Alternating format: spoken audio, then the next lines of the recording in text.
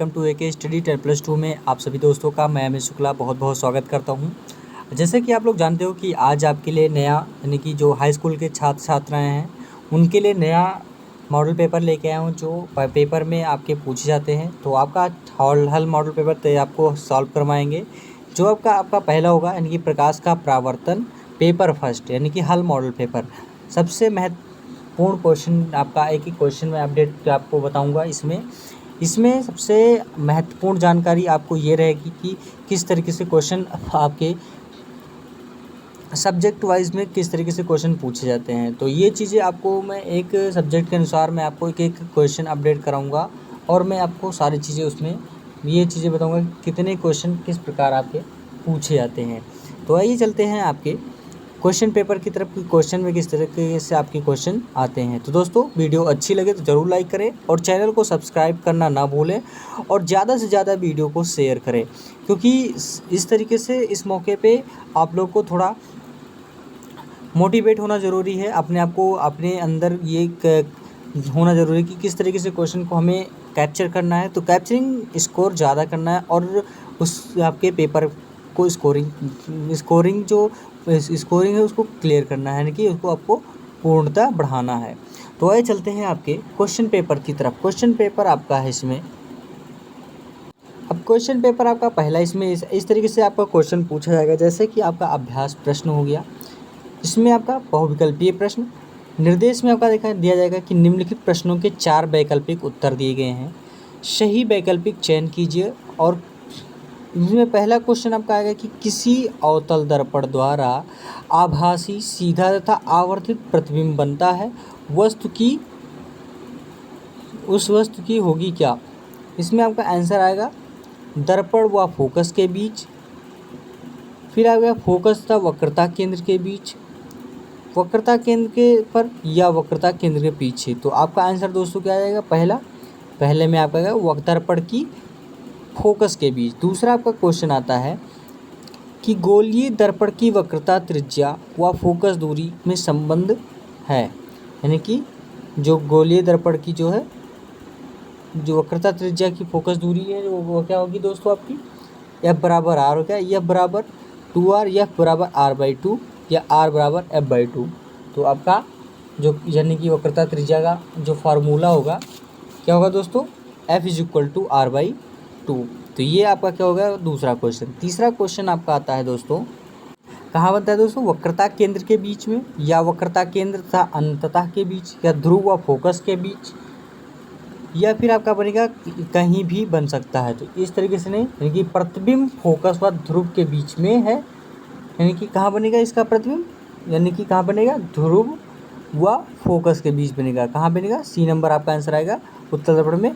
फिर आपका आता है दोस्तों कि समतल दर्पण में किसी वस्तु का प्रतिबिंब बनता है, आभासी बनेगा, वास्तविक बनेगा, छोटा बनेगा या बड़ा।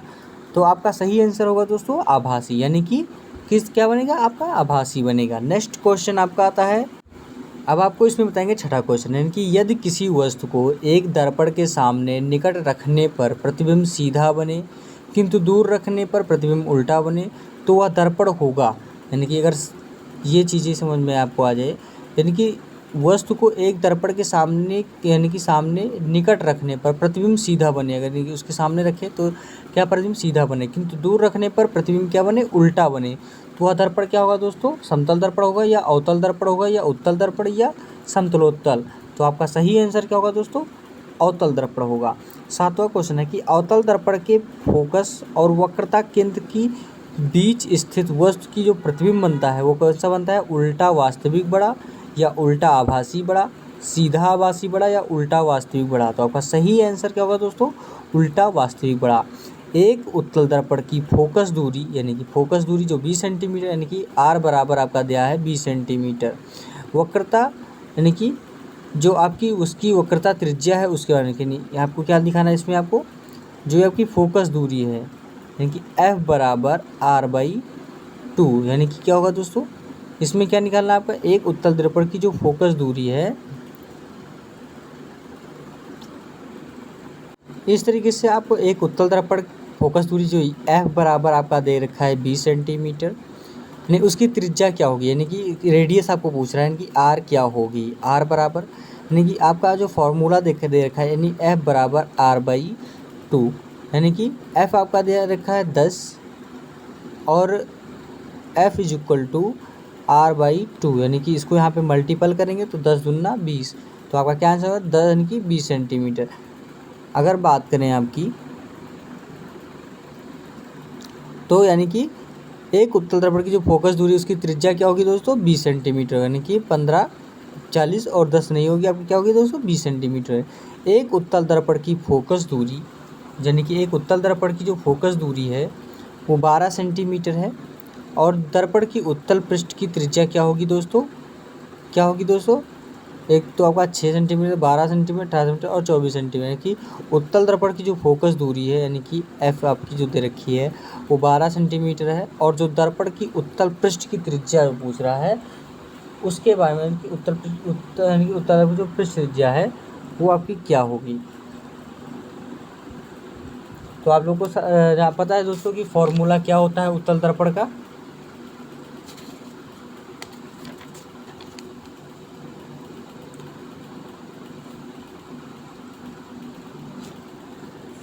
तो उसी फार्मूला के अनुसार आपका आंसर 24 आ जाएगा।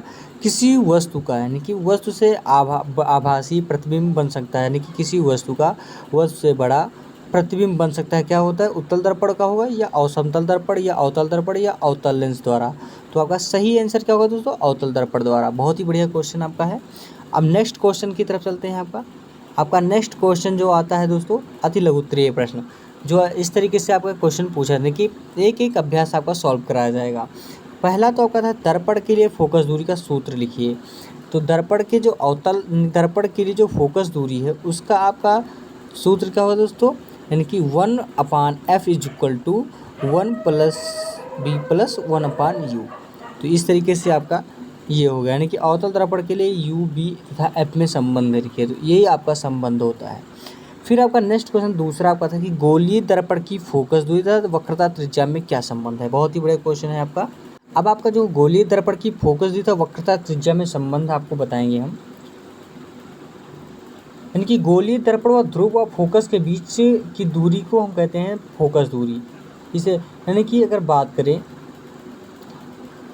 तो जो गोलीय दर्पण और फोकस दूरी के बीच का फॉर्मूला है वो F बराबर r/2 होता है, यानी कि गोलीय दर्पण की जो फोकस दूरी है उसकी वक्रता त्रिज्या की आधी होती है।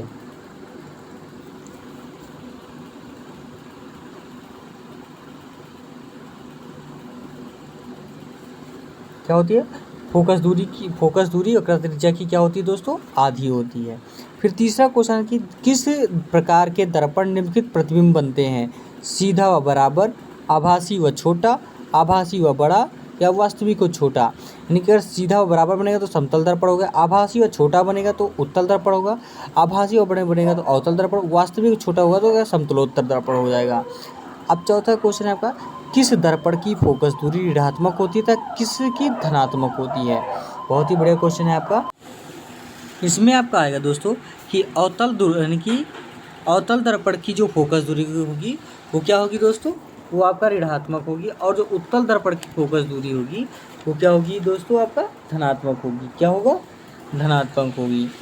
फिर आपका पांचवा क्वेश्चन आता है कि सदैव आभासी, सीधा तथा आकार वस्तु से छोटे प्रतिबिंब को प्राप्त करने के लिए कौन सा दर्पण प्रयुक्त करना चाहिए। तो इसमें आप लिखेंगे कि उत्तल दर्पण आभासी, सीधा तथा आकार वस्तु में छोटे प्रतिबिंब को प्राप्त करने के लिए हमें उत्तल दर्पण का प्रयोग करना चाहिए। छठा क्वेश्चन आपका तो आता है दोस्तों कि वस्तु की किस स्थिति में अवतल दर्पण की वास्तविक उल्टा सा आकार में बराबर प्रतिबिंब बनना चाहिए। इसमें आपको लिखना होगा दोस्तों कि जब वस्तु छठे में कि पांचवें में देखेंगे आप, पांचवें में दोस्तों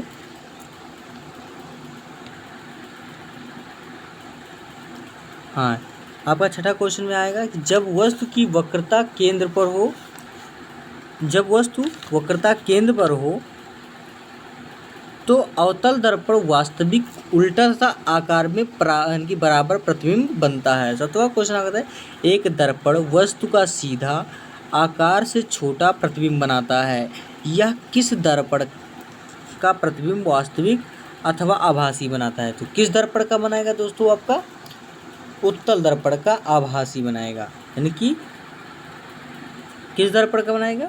यानी कि उत्तल दर्पण का यहाँ पे आपको बनाएगा। अब नेक्स्ट क्वेश्चन आपका आएगा क्या? आइए आपको नेक्स्ट में बताते हैं।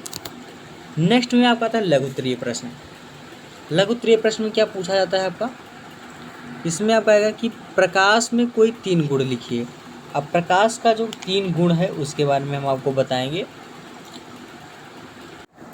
पहला तो आपका आता है दोस्तों प्रकाश के 3 गुण में कि प्रकाश के कारण की प्रॉपर्टीज ऑफ लाइट, यानी कि प्रकाश के कारण हम वस्तुओं को देख पाते हैं, लेकिन प्रकाश स्वयं दिखाई नहीं देता है।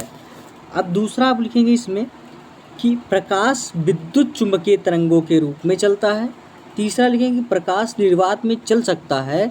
निर्वात में प्रकाश की चाल जो होगी वो 3 गुणे 10⁸ मीटर प्रति सेकंड होती है।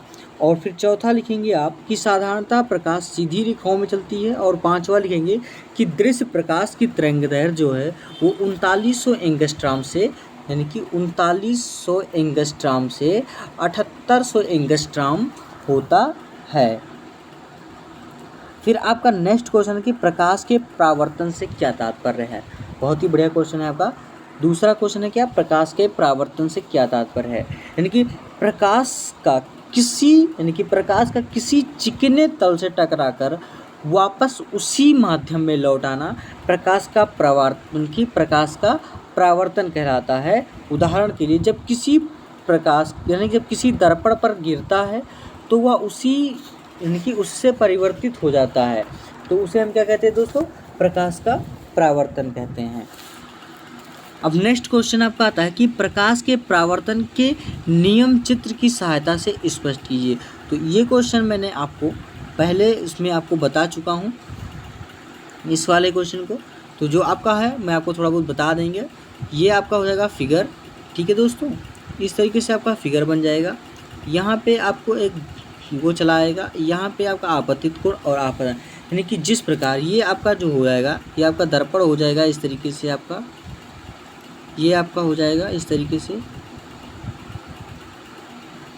ये आपतन कोण हो जाएगा और ये परावर्तन कोण, ये आपतित किरण हो जाएगा आपका और ये आपका प्रवर्तित किरण। और इसे एम डैश कहेंगे हम और इसे एम बोलेंगे, ऐसे एन दर्पण कहेंगे हम और इसको ए सी। यानी कि अगर बात करें तो इसको मैंने आपको चित्र के द्वारा वहाँ पे बताया गया है। यानी कि मैं आपको थोड़ा बहुत बता सकता हूँ कि परावर्तन का नाम, किसी परावर्तक तल में प्रकाश का परावर्तन निम्नलिखित 2 नियमों के साथ कि प्रथम है आपतित किरण, परावर्तित किरण। यानी कि आपतित किरण, यानी कि ये जो आपकी आपतित किरण है, परावर्तित किरण तथा आपतन बिंदु पर अभिलंब, तीनों क्या होते हैं? ये तीनों जो होते हैं आपतन बिंदु पर अभिलंब जो है वो तीनों क्या होते हैं? एक ही तल में होते हैं। द्वितीय आपका था परावर्तन कोण सदैव आपतन कोण के बराबर होते हैं, कि जो ये आपतन कोण है, ये आपका कोण और ये कोण जो है वो सदैव आपस में क्या होते हैं? बराबर होते हैं। तो यही आपका होता है दोस्तों। फिर नेक्स्ट क्वेश्चन है कि अवतल दर्पण तथा उत्तल दर्पण के परावर्तक तल के विचार में क्या अंतर है? बहुत ही बड़ा क्वेश्चन है। लिखेंगे इसमें आप दोस्तों कि अवतल दर्पण उत्तल दर्पण में परावर्तक तल के विचार में क्या परिवर्तन है। इसमें आंसर लिखेंगे कि अवतल दर्पण तथा उत्तल दर्पण में परावर्तक तल के विचार। इसमें लिखेंगे अवतल दर्पण में केवल एक स्थिति, जब वस्तु फोकस एफ व दर्पण के ध्रुव पी के स्थित होता है तो यानी कि उसमें प्रतिबिंब आभासी सीधा और बड़ा बनना था, अन्यथा सभी स्थितियों में प्रतिबिंब वास्तविक व उल्टा बनता है। और बात करेंगे उत्तल दर्पण की, तो उत्तल दर्पण में यह प्रतिबिंब दर्पण के पीछे आभासी सीधा व आकार में वस्तु से बड़ा होता है। तो ये उत्तल दर्पण का आपका प्रतिबिंब जो तल है उसके बारे में मैंने आपको बताया। तो ये दोनों आपके अवतल दर्पण और उत्तल दर्पण का आपको मैंने अंतर डिफरेंट बताया। फिर नेक्स्ट क्वेश्चन आपका आता है दोस्तों कि उत्तल दर्पण द्वारा बने प्रतिबिंब की विशेषताएं लिखी, यानी कि उसकी जो विशेषताएं हैं वो मैं आपको ज़रूर बताऊंगा। यानी कि उत्तल दर्पण की जो विशेषताएं हैं,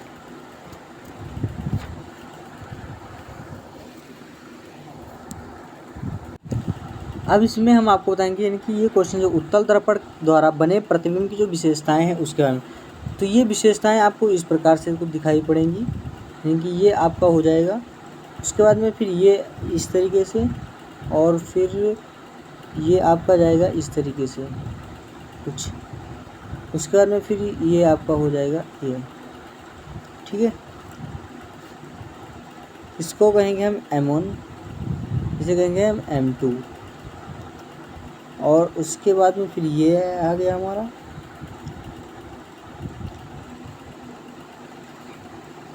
इस तरीके से हम आपको प्रदर्शित करेंगे कि प्रतिबिंब फोकस व ध्रुव के बीच में है तथा आभासी सीधा व वास्तु से छोटा होता है। तो यही हमारा क्या होता है दोस्तों, यानी कि एक उत्तल दर्पण द्वारा बने प्रतिबिंब की विशेषताएं हैं। तो विशेषताएं आपको थोड़ा बहुत हम जरूर बताएंगे। इसमें विशेषता क्या है दोस्तों उत्तल दर्पण का,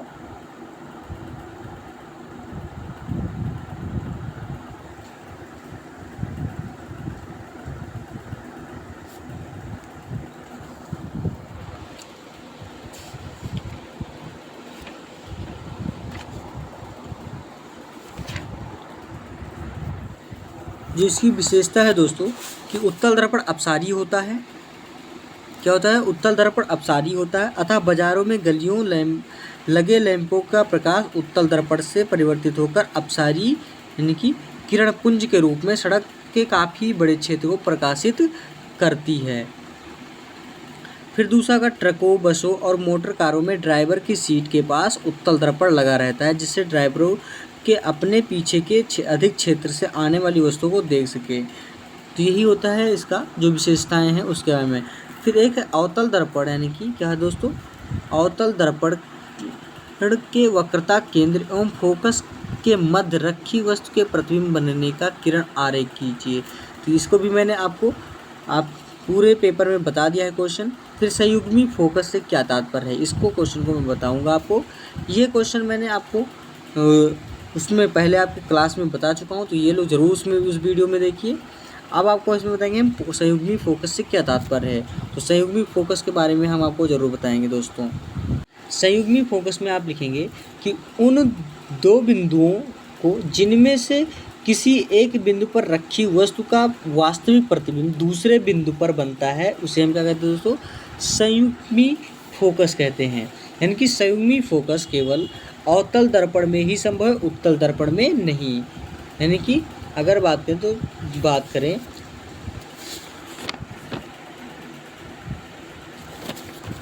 क्या आएगा, यानी कि उन दो बिंदुओं को जिनमें से किसी एक बिंदु पर रखी वस्तु का वास्तविक प्रतिबिंब दूसरे बिंदु पर बनता है, उसे हम क्या कहेंगे दोस्तों, संयुग्मी कहते हैं। तो संयुग्मी बारे में आपको समझ में आएगा कि संयुग्मी फोकस केवल अवतल दर्पण से ही संभव है, ना कि उत्तल दर्पण में।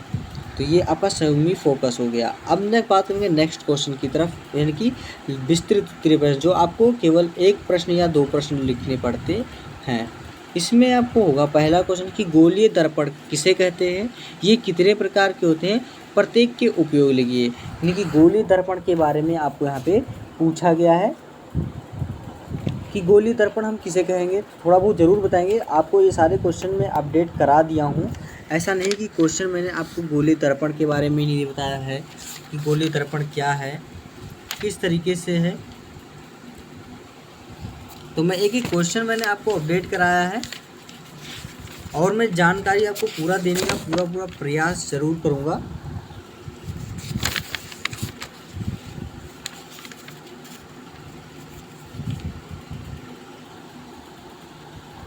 गोलीय दर्पण किसे, कोई चिकना पृष्ठ जिस पर कलई करके परावर्तक बना दिया गया हो दर्पण कहलाता है। जैसे एक और कलई की गई कांच को समतल प्लेट नहीं समतल दर्पण कहलाते हैं। वह दर्पण, इसमें आप लिखेंगे वह दर्पण जो कांच के खोखले गोले के कटे भाग होते हैं, उसे हम क्या कहते हैं, गोलीय दर्पण कहते हैं। इनके तल पर कई यानी कि पारे चांदी तक कलई करके ऊपर से यानी कि लोहे के लाल ऑक्साइड का पेंट कर जाता है। इसका दूसरा तल परावर्तक तल बन जाता है। गोलीय दर्पण के दो प्रकार के होते हैं। गोलीय दर्पण कितने प्रकार के, दो प्रकार के होते हैं। कौन कौन से होते हैं, पहला तो आपका आता है अवतल दर्पण, दूसरा उत्तल दर्पण होता है। और प्रत्येक के उपयोग जो हैं वो आपको हो जाएगा, यानी कि गोलीय दर्पण से संबंधित परिभाषाएं होगी। दर्पण के ध्रुव हो गया, वक्रता केंद्र हो गया, तीसरा वक्रता त्रिज्या हो गया, मुख्य अक्ष हो गया, अभिलंब हो गया, उसके बाद में दर्पण का द्वारक हो गया, उसके बाद में फिर सातवां आता है फोकस तथा मुख्य फोकस, फिर आठवां आता है फोकस दूरी, फिर आता है नौवां फोकस तल। तो इसके जो उपयोग हैं वो आपको मैंने अलग से आपकी वीडियो में सारी चीज़ बता दिया, तो ये चीज़ें वहाँ पे आप ज़रूर देखिए। दूसरा पता है कि गोलीय दर्पण के लिए निम्नलिखित की परिभाषाएं देंगे। दर्पण का ध्रुव किसे कहते हैं? अब दर्पण का ध्रुव आपको हम जरूर बताएंगे। दर्पण का ध्रुव हम उसे कहते हैं कि यानी पोल ऑफ माइरर। इसमें आप लिखेंगे कि दर्पण में परावर्तक तल के मध्य बिंदु को हम क्या कहते हैं? दर्पण का ध्रुव कहते हैं। यानी कि दर्पण के जो परावर्तक तल के जो मध्य बिंदु होता है उसको हम क्या कहेंगे दोस्तों? उसको दर्पण का ध्रुव कहेंगे। अब इसको कहेंगे मुख्य अक्ष। दूसरा आपका क्वेश्चन है मुख्य अक्ष। मुख्य अक्ष क्या है? तो मुख्य अक्ष के बारे में आप लिखेंगे दर्पण के वक्रता केंद्र तथा ध्रुव को मिलाने वाली रेखा को हम दर्पण का मुख्य अक्ष कहते हैं। फिर कहते हैं वक्रता केंद्र क्या है? वक्रता केंद्र यानी कि गोलीय दर्पण के किसी गोले यानी कि जिस गोले का भाग होता है उस गोले के केंद्र को गोलीय दर्पण का वक्रता केंद्र कहते हैं। यानी कि यह अवतल दर्पण में परावर्तक तल की ओर और एवं उत्तल दर्पण में परावर्तक तल की दूसरी ओर होता है।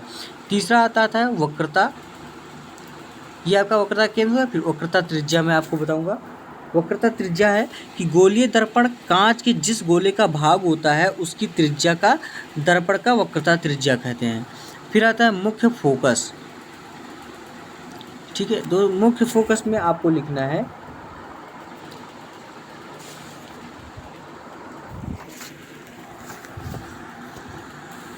मुख्य फोकस में आपको लगे कि गोलीय दर्पण यानी कि गोलीय दर्पण के मुख्य अक्ष के समांतर चलने वाली प्रकाश की किरणें दर्पण से परावर्तन के पश्चात मुख्य अक्ष के किसी बिंदु पर यह तो वास्तव में मिलती है या मिलती हुई प्रतीत होती है, इसे हम बिंदु से एफ से प्रदर्शित करते हैं, यानी कि दर्पण का मुख्य फोकस दूरी कहते हैं।